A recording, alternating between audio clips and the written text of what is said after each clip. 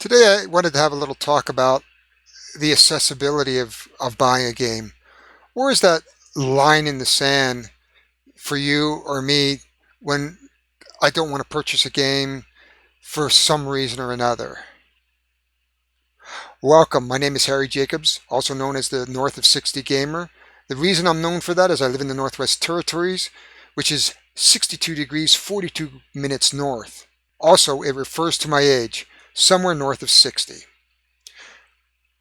Today outside, I live in Yellowknife. The temperatures are balmy minus 21, which is much nicer than the minus 42 degree Celsius weather we had a few weeks ago.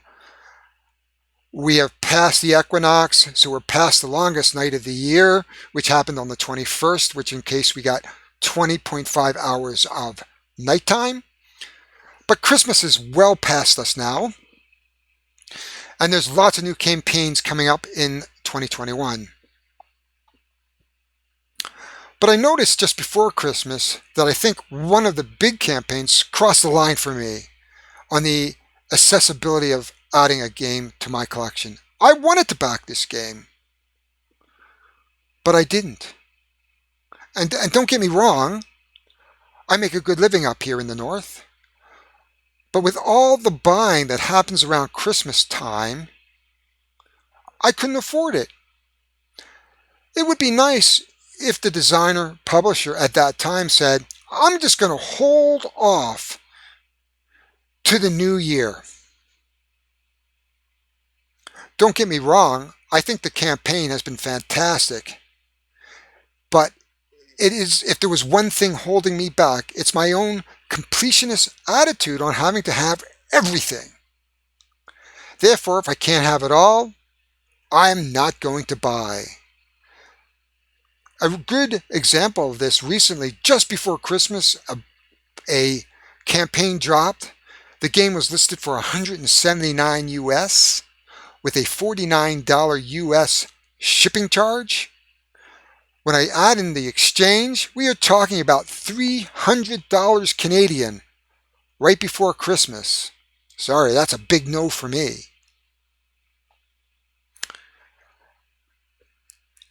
As you may or may not know, I am a business analyst by profession, and I started to think, what are some of the pain points others are experienced that prevent them from jumping into a campaign and backing a specific game?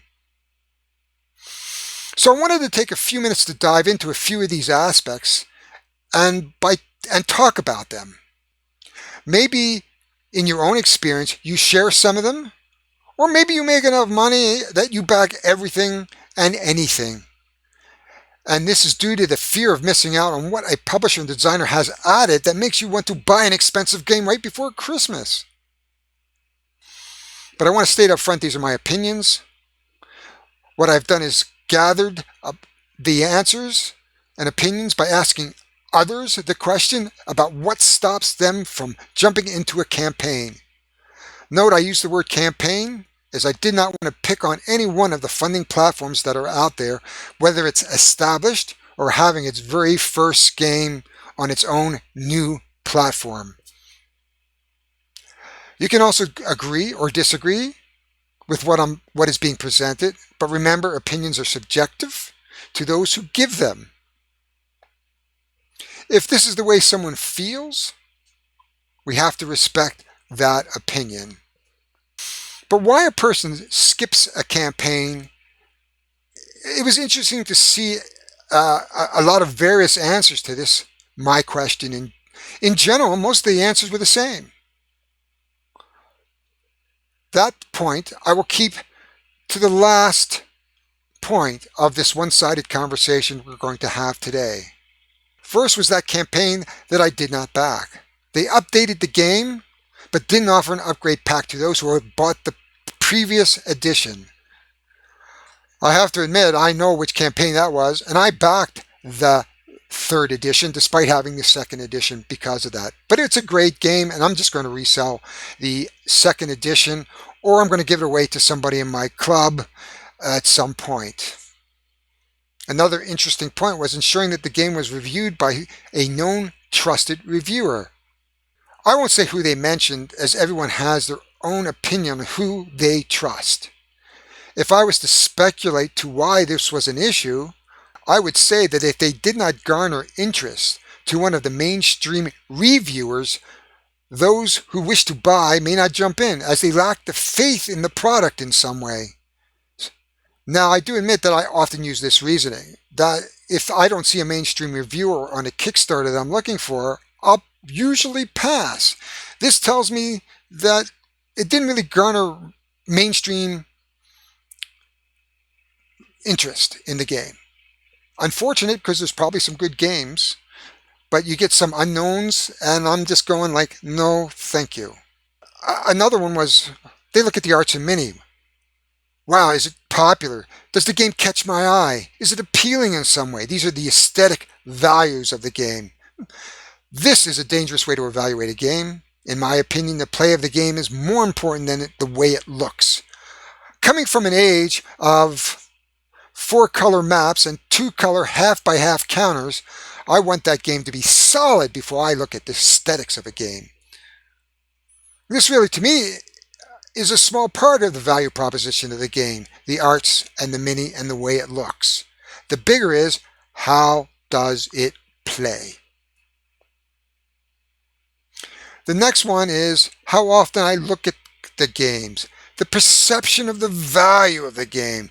How do I perceive the value of the game, looking at all the various components and then deciding if the value of the game warrants the price of the designer publisher is selling it for? To me, that is the value proposition. It's the sum of the whole. It's not just the aesthetics and the minis, but also how does the game play? What are the qualities of the components? Can I solo the game? All of that adds up to the value proposition that I'm looking for personally in a game. Another person said, well, what's the replay value of the game?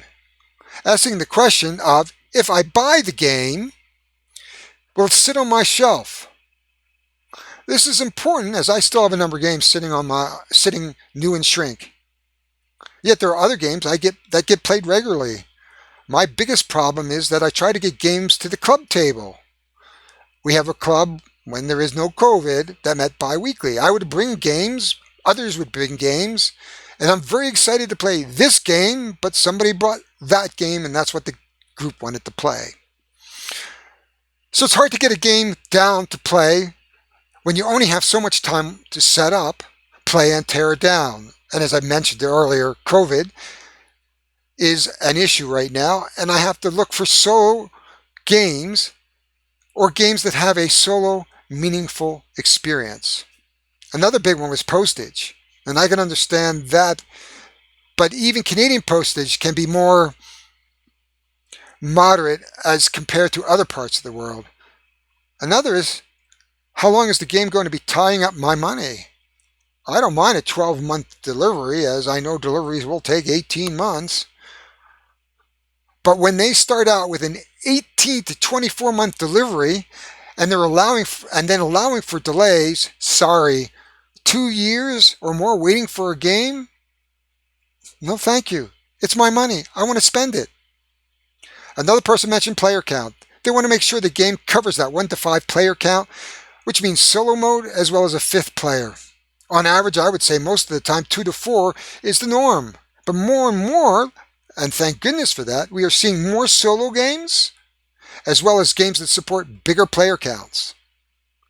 Of course, you have to be careful with the bigger player count, especially on games that can give you analysis paralysis. I have seen games that have paralyzed those analytical players in fear of not being able to make the optimum move and missing out on something. That last point, I must get that last point, even though I'm ahead 100 points. One person told me they didn't want to play with some person because they sucked the life out of a game. Analysis paralysis. Lastly, the theme that ran through most of the answers, and I'm going to quote, is our main determination is economics. It all boils down at the end to, can I afford the game that is being offered at the time of the campaign? If you suffer from the fear of missing out because you know what is being offered is not going out to retail, then you may be driven to pay for a game that you really can't afford.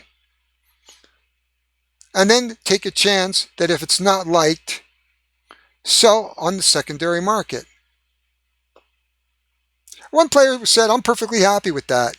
If I can get 90% of my money back from selling a game, I'm good with that. I myself am a collector.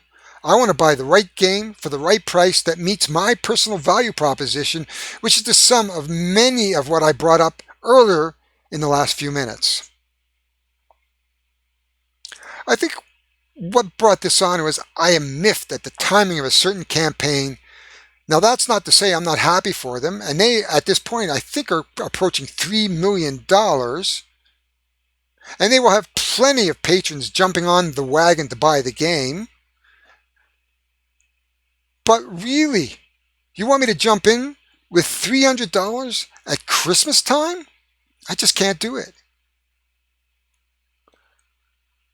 I am not that person who is happy to get his 90% back. I don't resell games very often, though I am starting to look at that a little closer as I get ready to cull my collection. But in conclusion, I think it really boils down to money. Do I have the money to spend? And if I spend the money, can I get it back if I don't enjoy the game? That is a common theme. I prefer to buy a quality of life game, one that I'm going to keep because it meets my personal value propositions, and then I will collect it. I just want to remind everybody, the opinions above are not mine. I asked the question on one of my Facebook pages I belong to. I think a lot of the conversation added to how I already evaluate games for my own personal collection. Finding the right game is no easy task, with the number of great campaigns bombarding us week after week. There are good games being offered, and always a chance to choose the bad one from the good ones because you've said, I got to buy this game, I'm going to miss out. Hopefully you don't do that. Hopefully you're going to look at games a bit differently now that we've talked. But for now, keep playing. As the nights here are still long, we're still about 20 hours a night, though it is creeping up now that we're past Christmas. And we're going to be cold. And we're going to be cold till April. So we're going to see some more of that minus 42 weather coming. Now, I hope you enjoyed what I had to say. I hope if you have some comments, you're going to make it below. If you feel that it's relevant to you, maybe you'll hit the like button. I don't know if you want to subscribe at this point. I'm still working out things because I'm rather new to this. But hey, I am here. I'm glad you're here. And let's talk again in the future.